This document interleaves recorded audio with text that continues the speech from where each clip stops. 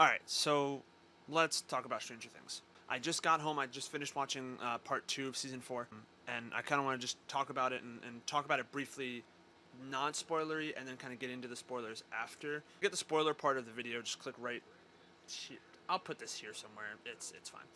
I really enjoyed a lot of the pacing from the actual episodes themselves, and the story was once again fantastic and really found a way to be intertwined and interconnected, not only to this season but for the whole series as a whole. They were able to really blend together the different plot lines in the California people and in Hawkins and also in Russia. So it was really great to see all of that kind of end up intertwining and interconnecting. That's all I can really say without getting too into spoilers. So let's just talk about it. So obvious spoilers ahead here for anyone who has not seen part two yet, which is most people because it's coming out. This is coming out the day that part two released.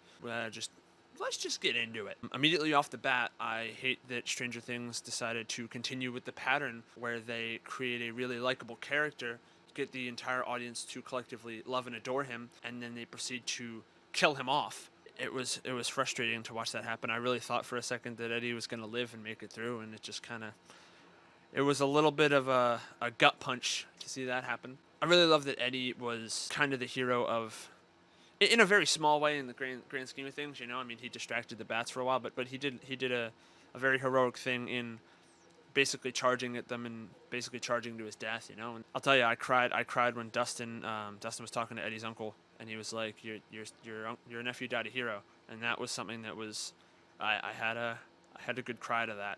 There were definitely some bodies in these episodes, and Dr. Brenner dying, and Eddie dying, and Max almost kind of dying. I really think it would have been more impactful had she died. It really would have fleshed out and completed her character arc, but I mean, maybe it would have done more for Lucas's character too. But I do got to say that Lucas in the last two episodes was a lot better for me than Lucas in the first 7 episodes. I really thought that they did a lot with his character better there. I don't know. My biggest issue with Stranger Things as a whole has always been their kind of. I feel like Will has always been the same thing of, oh well, in season one he was gone, and then in season two he was possessed by the mind flare, and then in season three he was like their alarm clock for the mind flare. You know what I mean? Like the weird like, oh I see him coming. And then in this season they kind of put him off to the side for Eleven's storyline, but then in the last 2 episodes he really found a way to be a part of what was actually happening in the main story without being pushed off to the side of it at the same time. And the dynamic between him and Mike was really interesting, when he was clearly talking about how he feels about Mike in the scene in the Surfer Boy pizza van,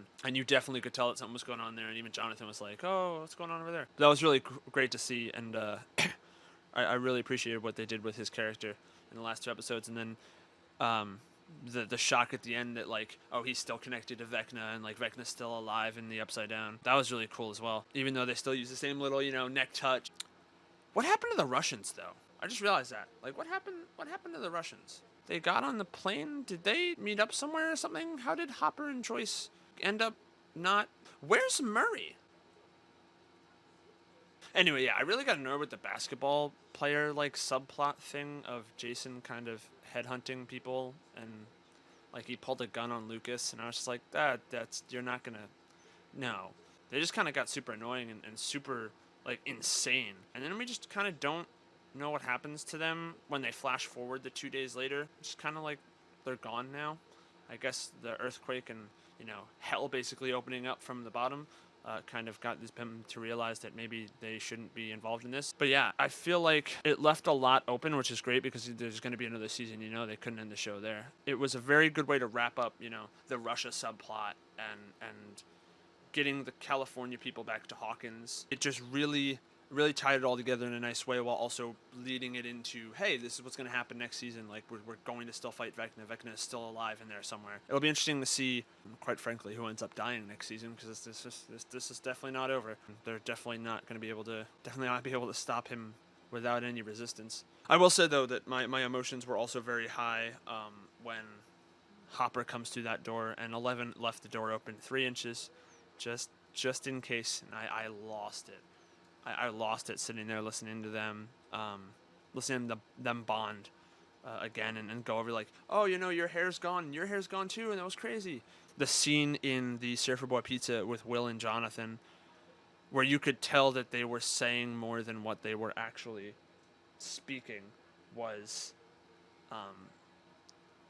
really beautiful and really emotional and had me really tugging at the heartstrings there. I really, really love this, and I'm so glad that I got into this show because genuinely, it is one of my favorite shows, and this is probably, as a whole, my favorite season of the show. I just really, really wanted to kind of talk about it and let my feelings out about how I felt about the show and how this season and everything, and how I wanted to, or what I wanted to say about the show and how I feel about everything. So I appreciate all the support. You guys are insane. I mean, I've literally doubled my subscriber count in the last month and a half, and it's all thanks to you guys. So thank you guys so much. There's more Stranger Things content on the way. Don't forget to like and subscribe, and make sure you subscribe and stay tuned for more Stranger Things stuff. There will be a lot more content coming, and I just appreciate all you so much.